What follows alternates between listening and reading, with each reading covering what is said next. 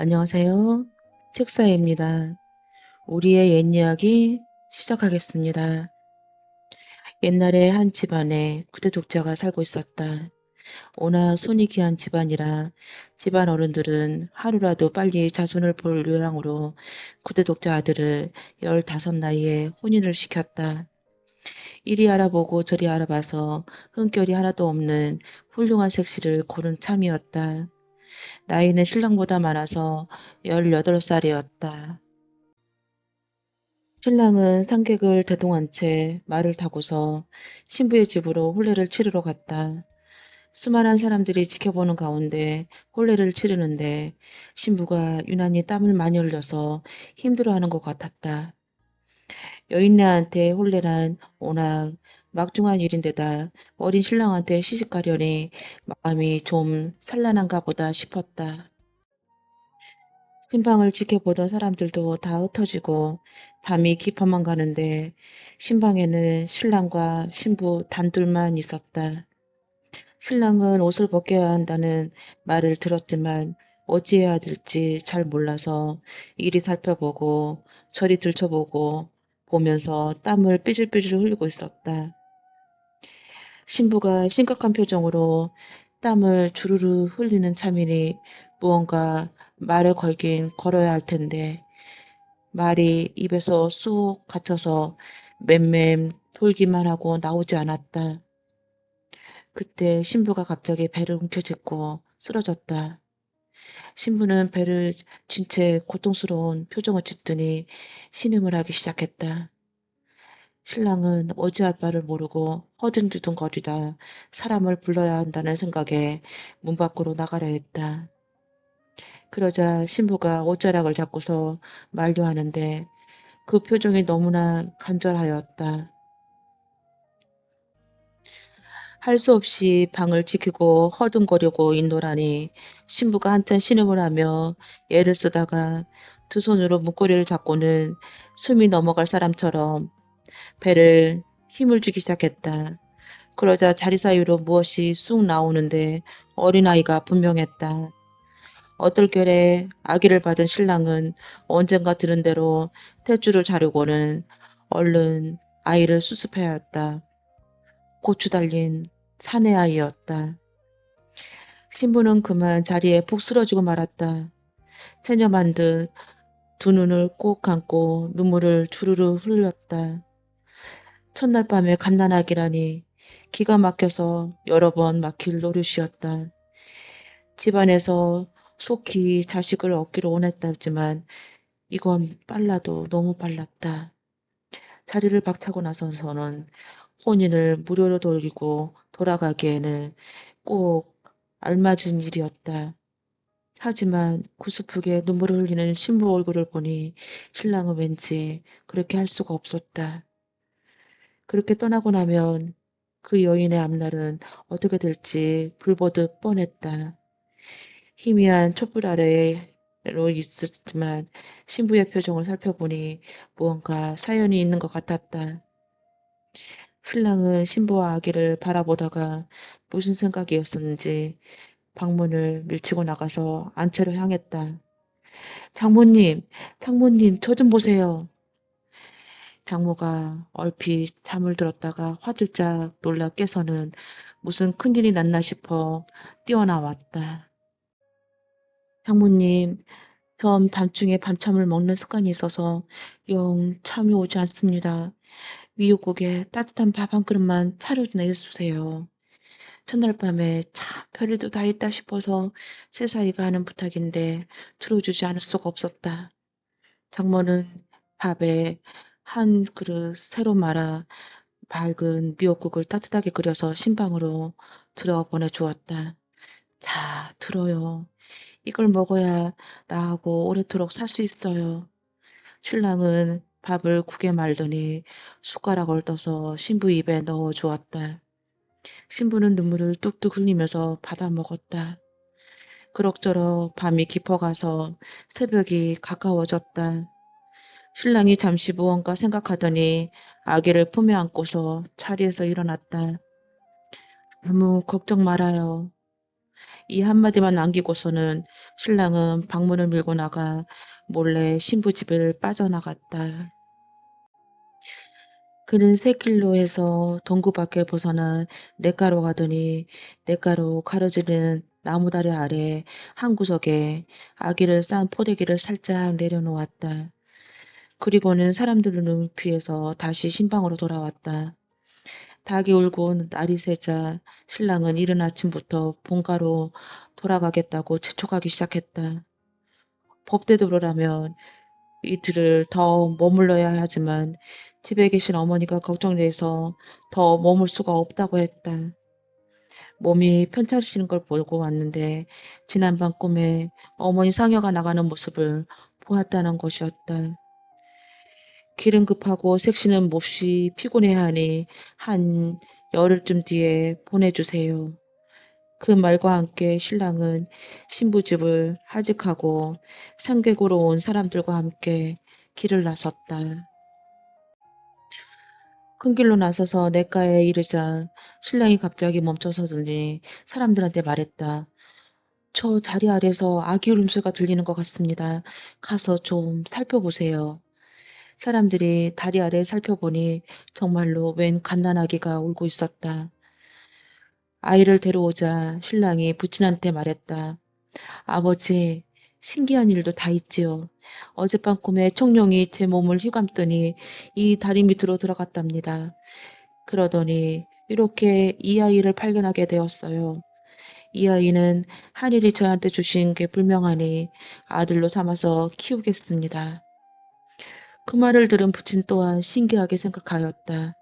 워낙 자손이 귀한 집인지라 이렇게라도 아이를 얻는 것이 반가웠지만 다른 한편으로는 걱정스럽기도 했다. 내 각시가 이 아기를 보면 뭐라고 할지 걱정이구나. 그러자 아이들은 아주 호기까지 부리는 것이었다. 걱정 마십시오. 여인네가 가장말이 어찌 거역한단 말입니까? 그로부터 일주일 뒤 신부가 탄 가마가 신랑 집에 당도했다. 신부는 용모가 단정할 뿐 아니라 몸가짐도 조신한 듯다. 온지 얼굴도 수심이 있었다. 시어머니는 그런 며느리한테 갓난아기를 내밀길가 내키지 않았지만 이왕 일이 이렇게 된지라 눈치를 살피면서 아이를 안겨주었다. 하늘이 준 아이라며 자꾸만 고집을 부리니 난들 어쩌하겠니. 노여하지 말고 청을 붙이도록 해봐라. 신부가 사연을 듣고 보니 제 몸으로 난 아이였다. 아이를 받아 안으려니 그만 눈에서 뜨거운 눈물이 주르르 흘렀다. 속을 알 리 없는 시어머니는 "아이고 어쩌나, 아이고 어쩌나" 하면서 며느리를 다독이는 것이었다. 그 후 색시는 부모님을 지성껏 모시고 아이를 정성껏 다해서 키웠다. 그러자 집안의 보배가 한꺼번에 둘이나 들어왔다며 사람들의 치아가 대단했다. 그 색시가 신랑을 대하는 마음이야 오죽했을까. 나이가 자기보다 작지만 담뿍 믿고 의지하며 존경까지 하는 것이었다. 신랑 또한 그런 아내를 흔쾌히 받아들여 주고 아이를 친자식처럼 사랑했다. 그러니 집안일이 두루두루 잘 풀려 나갈 수밖에 없었다. 어느 날 밤 부부는 우연히 달빛이 내리비추는 뜰을 함께 거닐게 되었다.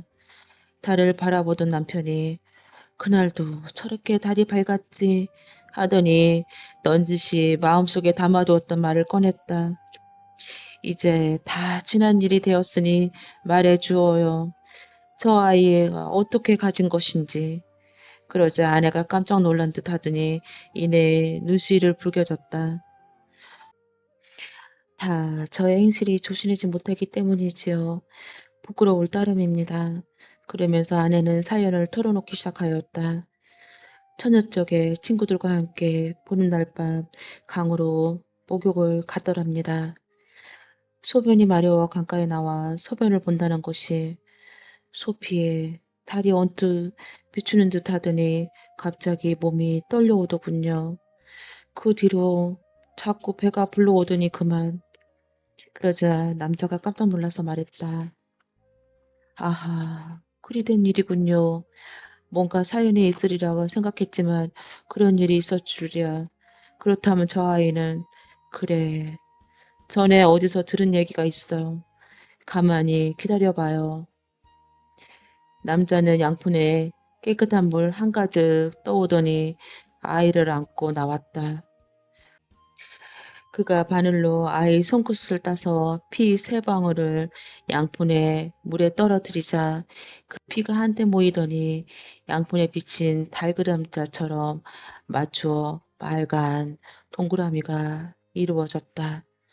이렇게 신기할 때가 이 아이는 보통 아이가 아니군요.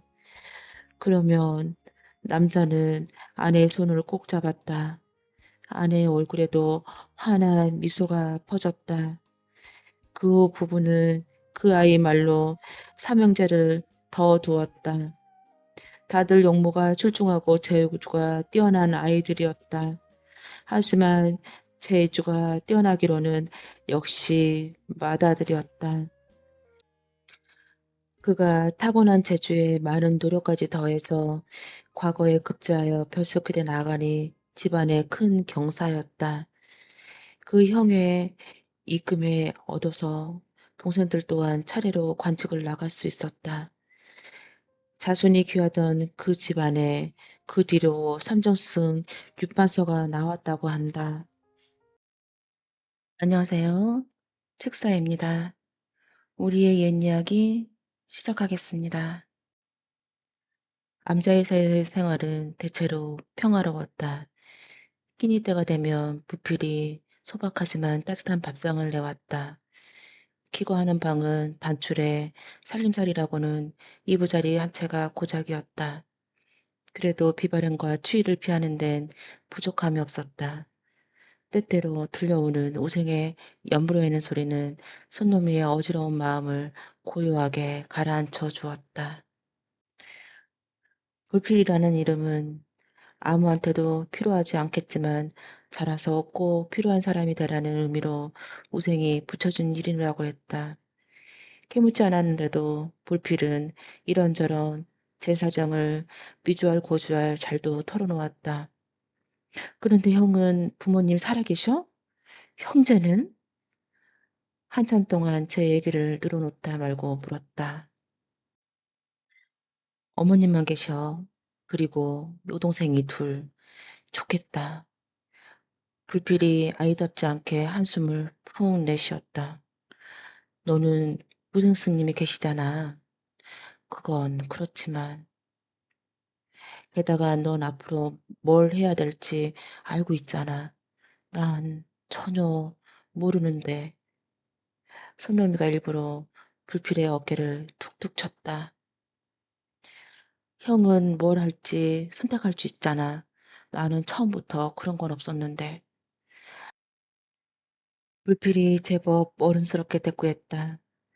그런 건 다들 살면서 한 가지씩 깨달은 거라고 그랬어. 그래서 삶이 고달프지만 의미가 있는 거라고. 오zen 스님께서 그렇게 말씀하셨어. 불필은 7살짜리 주어 섬기기엔 너무 어려워 보이는 이야기를 잘도 종알종알 읊어댔다. 손놈이는 불필을 멀끔하니 바라보았다. 춘식이 먼저 햇빛을 보며 기지개를 켜자 뒤이어 영달이 툇마루로 성큼성큼 걸어와 솜돌에 올려놓은 집신의 팔을 꿰었다. 어라? 손너미는 속으로 고개를 가웃했다.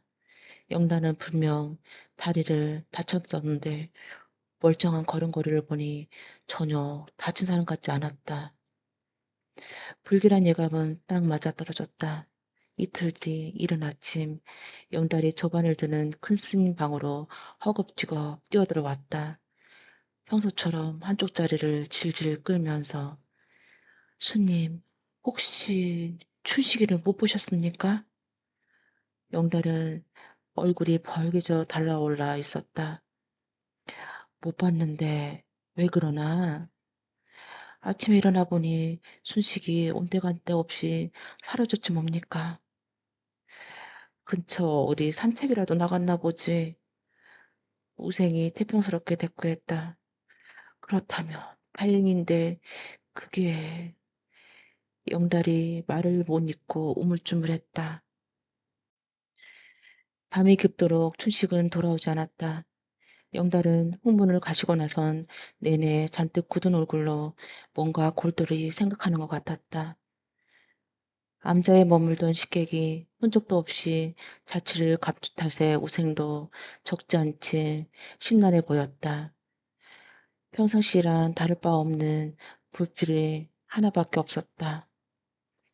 보름달이 환한 빛에 얇은 창호지를 넘어 방 안으로 스며들어왔다. 형은 뭘 할지 선택할 수 있잖아. 불필이 했던 말이 머리에 스치고 지나갔다. 그래, 이젠 나도 선택할 수 있지. 하지만 뭘 선택해야 하는지 아직은 모르겠어.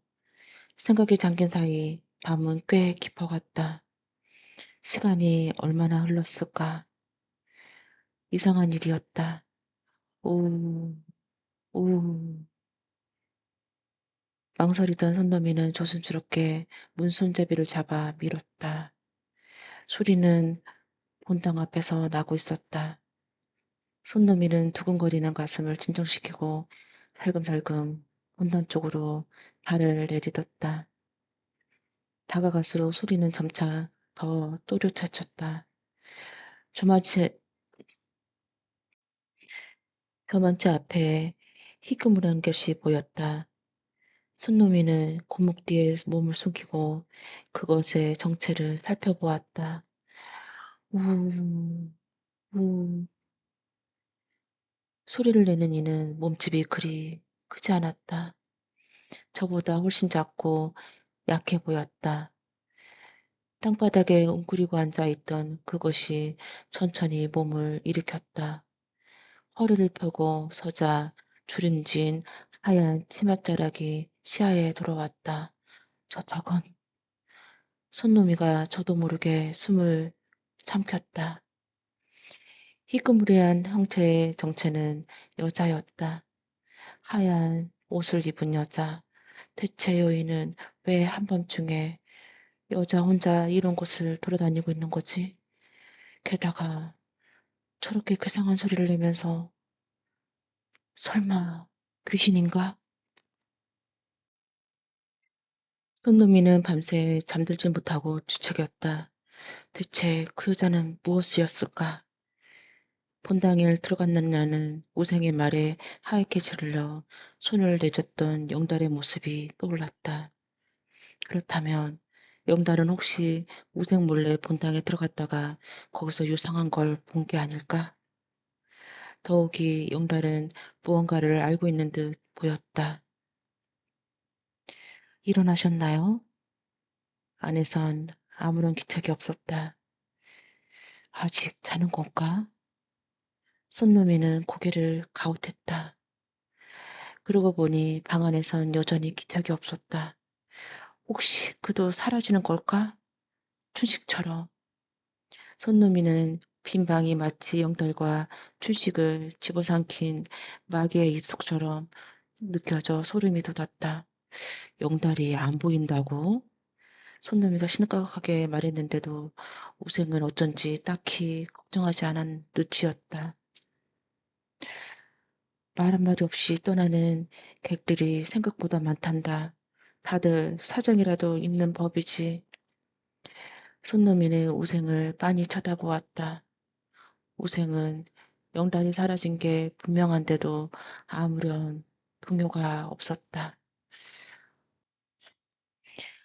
손노민은 머릿속이 복잡해 아침밥이 입으로 넘어가는지 코로 넘어가는지 알 수가 없었다.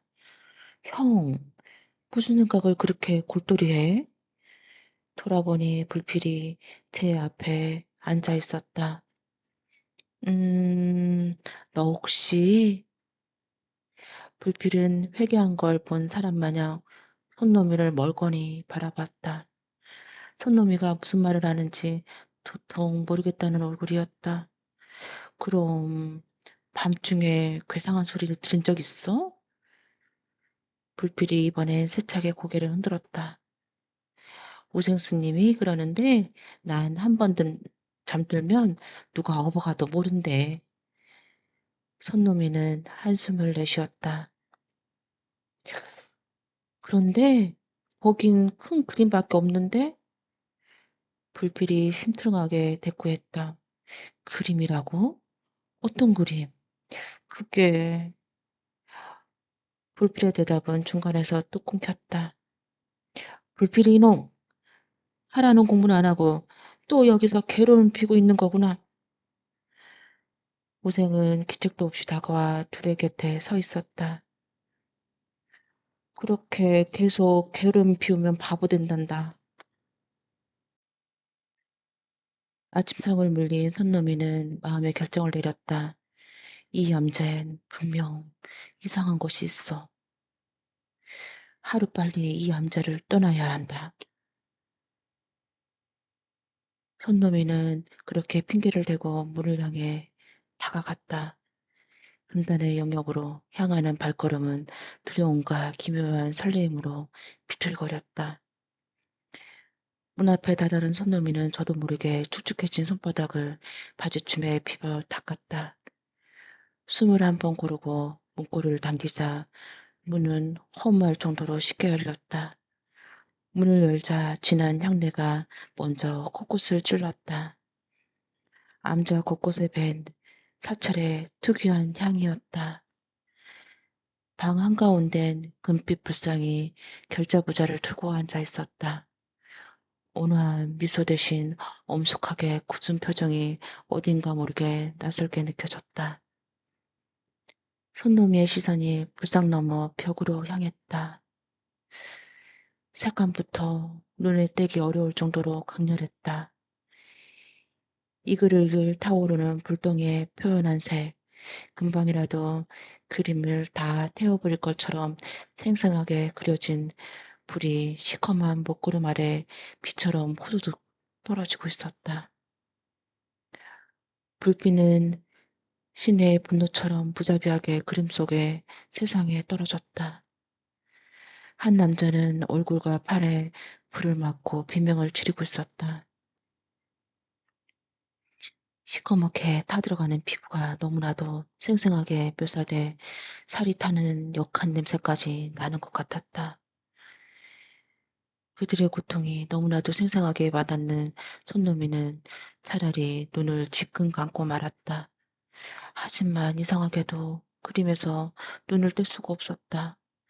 누가 그렸는지 몰라도 그림에는 보는 이의 시선에 붙들어매는 기이하고 강렬한 힘이 스며져 있었다.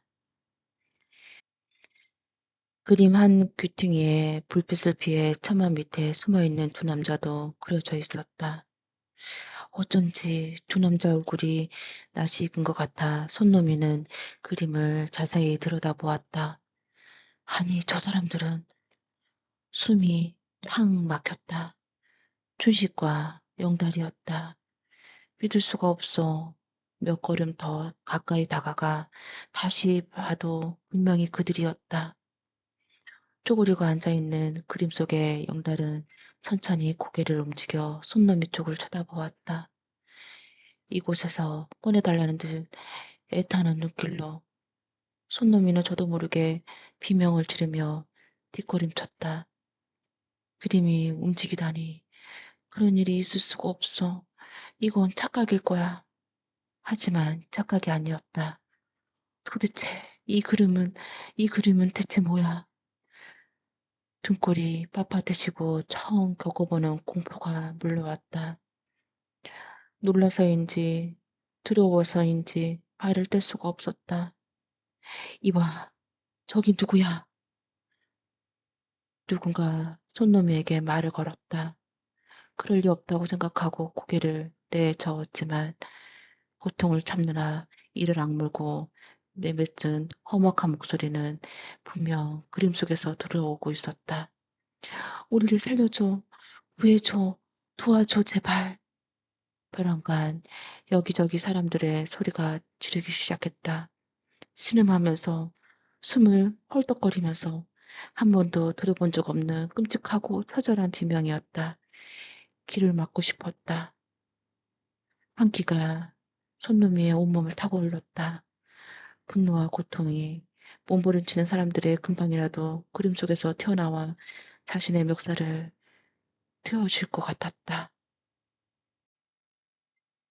등에 불을 끄려고 바닥에 등글고 있던 한 남자가 몸을 움직였다. 시선을 손놈이에게 똑바로 고정한 채로 꿈틀, 꿈틀. 안 돼. 뭐 하는 거야? 나오지 마. 손놈이가 놀라 뒷걸음쳤다. 꿈틀. 벽이 다시 한번 출렁였다. 손놈이는 눈을 질끈 감았다. 갑자기 묵직한 걸로 땅바닥을 내리치는 소리가 들렸다.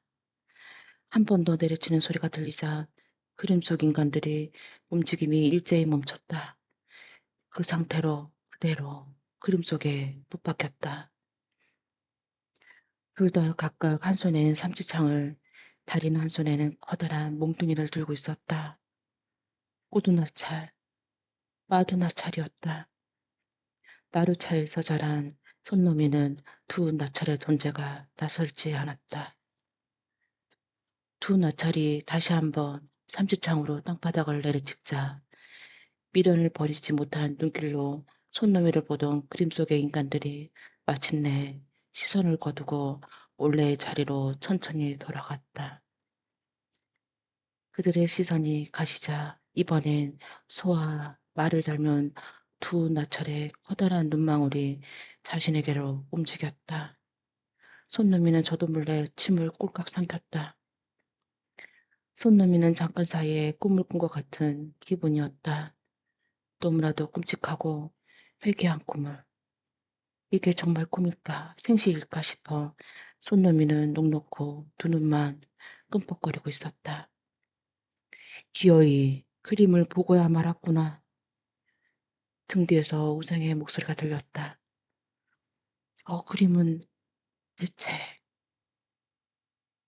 내가 본 건 지옥도다. 얼굴이 하얗게 질린 손놈이에게 우생이 물을 건넸다. 손놈이는 벌컥벌컥 살발을 들이켰다. 지옥도, 지옥도라고요? 그래. 지옥에 가면 어떤 일이 벌어질지 그린 그림이란 말이다. 죄를 짓지 말라고 경고하기 위해서 그린 거지. 그림을 본 사람은 나쁜 마음을 먹지 못할 테니까. 지옥도. 손놈이는 우생의 말을 되뇌었다. 스님의 눈에도 그림이 움직이는 게 보이나요? 조금 마음이 가라앉은 손놈이가 용기를 내어 물었다. 뜻밖에도 우생은 고개를 끄덕였다. 그림 속 사람들이 꿈틀대거나 나를 사납게 노려보는 모습이 보인단다. 저 그림에 힘을 못 느끼는 건 아마도 불필 정도겠지. 그 아이의 눈엔 그냥 무서운 장면의 그림으로만 보일 게야. 어째서죠?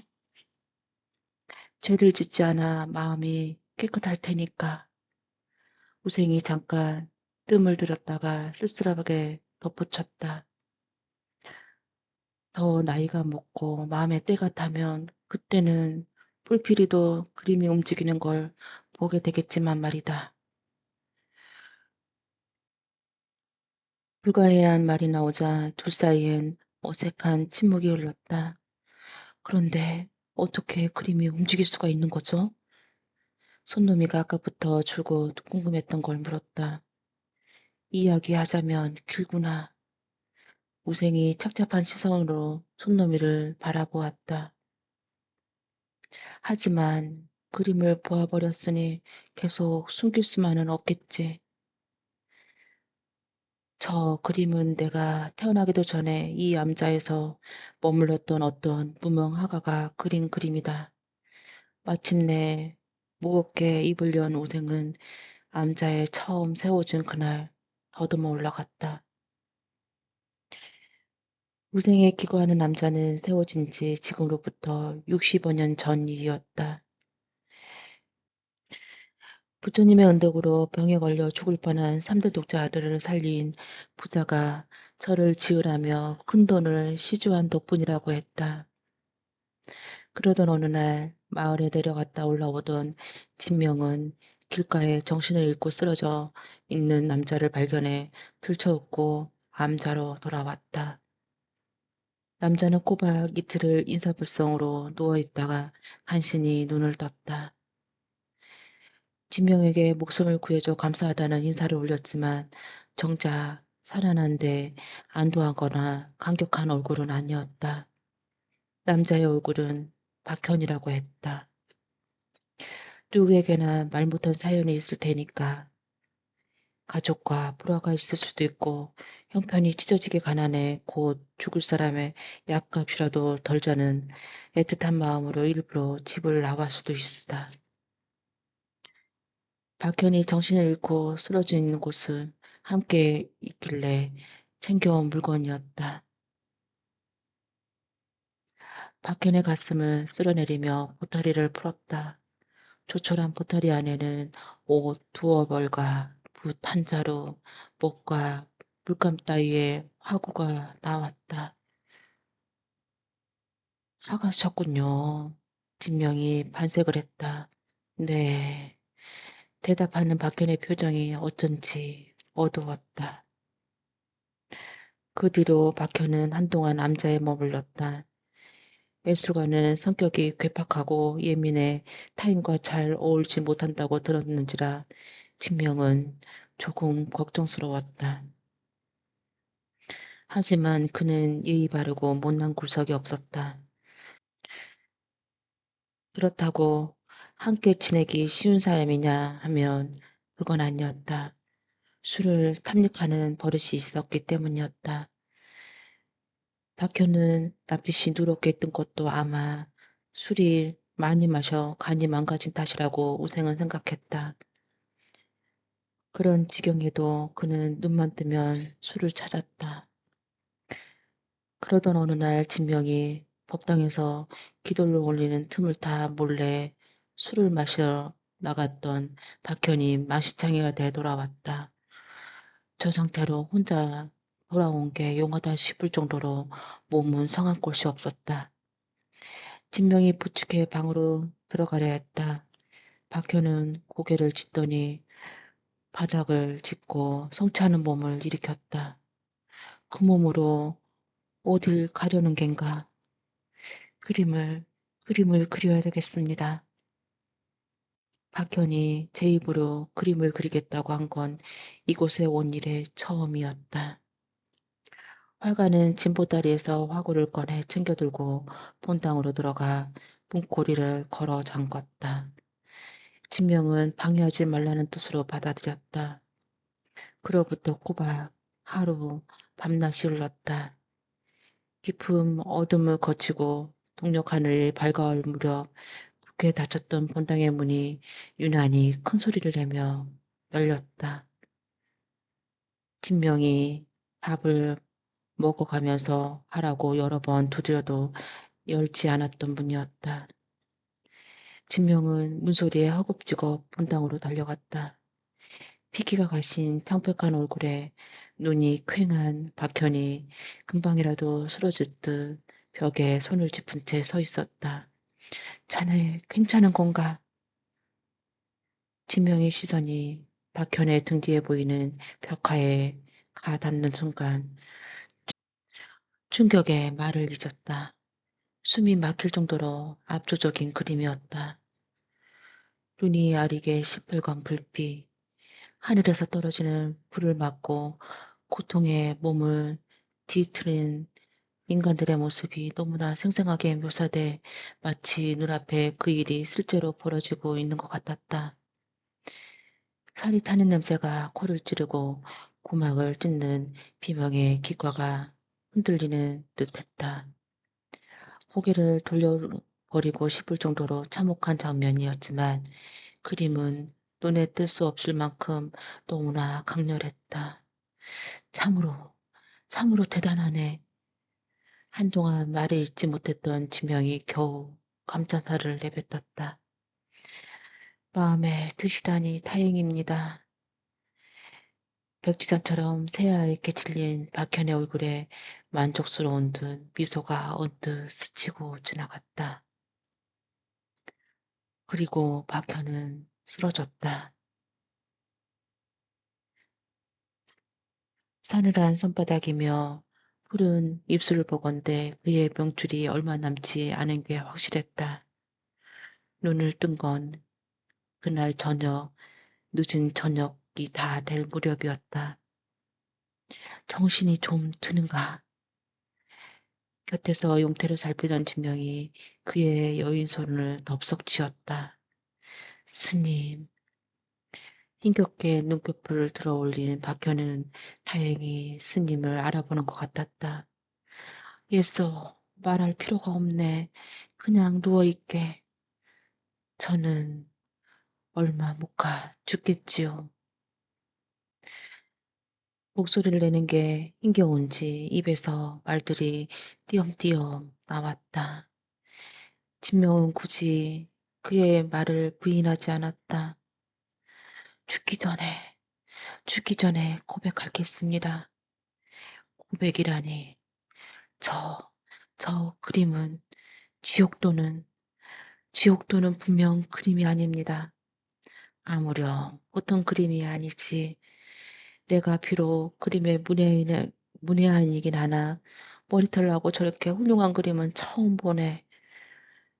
자네는 참으로 뛰어난 재주를 가졌어. 그런 뜻이 아니라 박현이 천천히 고개를 흔들었다. 저건 실제로 일어난 일입니다. 실제로 일어났다고?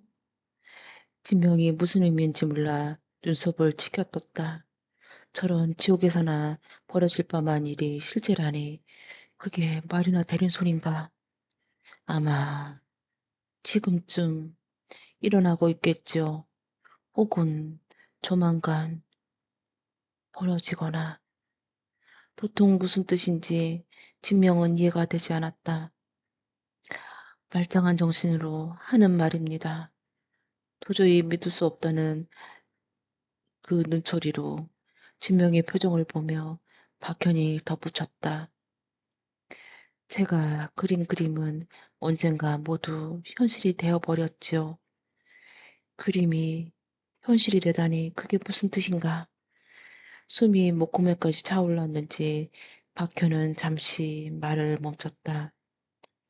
선하고 아름다운 것은 억지로 그릴 수가 없는 반면 끔찍하고 공포스러운 것들은 애써 그리지 않아도 희한하게 손이 술술 움직여 그 그림 속에 벌어진 일이 현실이 되는 건 두말 나위가 없고요. 이런 기이한 일들이 반복되자 박현은 그림 그리는 게 무서워졌다. 하지만 입소문이라서인지 멀리서도 그를 찾아오는 사람들이 많아 그림을 마음대로 그만둘 수도 없다. 박현이 점쟁이라도 되는 양 그에게 제 미래를 그려달라고 하는 이들도 있었다. 세상의 더러움을 알게 되면서 박현은 저주받은 재능이 원망스러워졌다.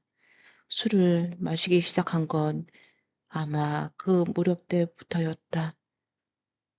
한동안 붓을 잡지 않으면 그림을 그리고 싶다는 강렬한 열망이 그를 붙잡고 늘어졌다. 그 열망에 사로잡혀 무언가 그리게 될 때까지.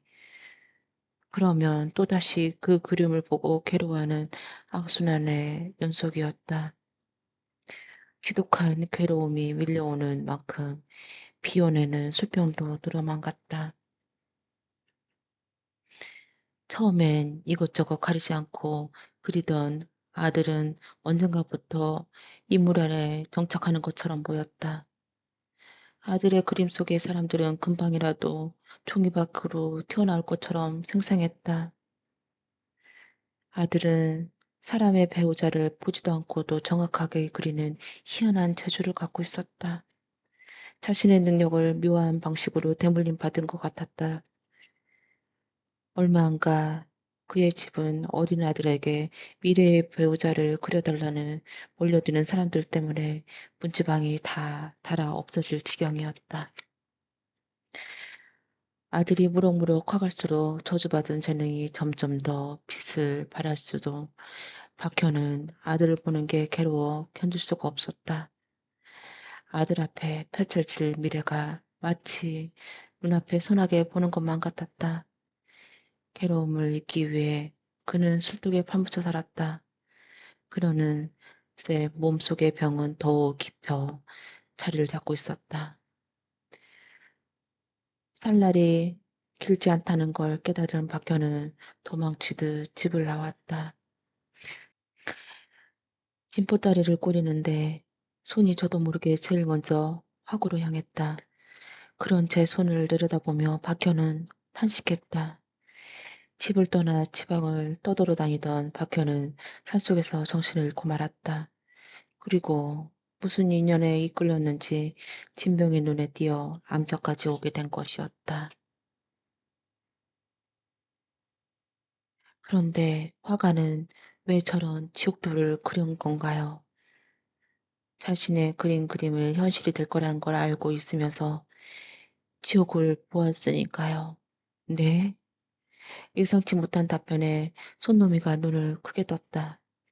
지옥이라는 건 저승에만 있는 게 아니란다. 이 세상에도 있지. 어쩌면 이 세상의 지옥이 더 끔찍할지도 모르고 우생의 이야기를 이어왔다. 저 아이는 누구요? 박현이 평상을 정리하는 주모에게 물었다. 진이 말이에요. 주모가 여자아이 쪽을 흘끗 바라보았다. 왜 저기서 저러고 있는 거요? 팩트니까요. 주모의 목소리는 성가시다들 기색이 역력했다. 아기 때 병을 앓아 바보가 됐지요. 듣지도 말하지도 못하는데 툭하면 동네를 떠돌아다녀 저렇게 아무데나 숨어 다니니까요. 아주 귀찮아 죽겠다니까요. 부모는 뭐 하는 사람이기에 딸을 저렇게 내버려 두는 거요. 둘 다 죽었죠. 몇 년 전에 돌림병으로. 서런, 그럼 돌봐준 사람이 없군요. 노인 혼자 정신도 온전치 않은 아이를 돌보는 게 쉬운 일이 아닐 것이라 마음 먹이고 입히고 하는 것도 힘에 부칠지도 모른다. 박현은 겁먹은 센치처럼 몸을 흔들고 두리번거리는 진이를 안쓰러워 마음으로 바라보았다. 얼마 후 한 노인이 주막으로 들어와 사방을 살피더니 평상 안에 숨어있는 진이를 발견했다. 어디 갔나 했더니 또 여기서 이러고 있구나. 아마도 아까 주모가 말했던 그 보어즈인 모양이었다. 갑수 어르신, 저 좀 봐주세요. 제가 여기 와서 저러고 있는 바람에 제가 아주 죽겠어요. 주모가 기다렸다는 듯 부엌에서 달려나와 불평을 늘어놓았다. 진아, 민폐 그만 끼치고 집에 가야지. 갑수가 진이의 손을 잡아 끌었다.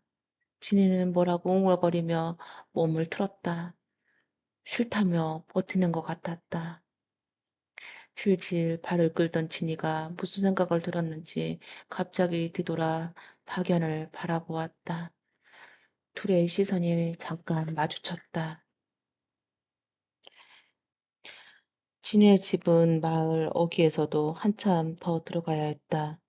이웃들과도 동떨어져 있어 교류가 없을 것 같은 외진 곳이었다.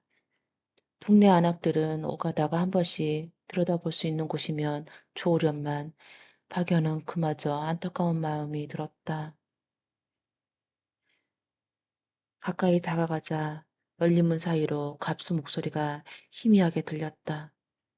갑수는 혼자가 아니었다. 왁작지껄한 소리가 키득거리는 웃음소리가 들리는 거 보아 모인 사람들이 여럿인 것 같았다.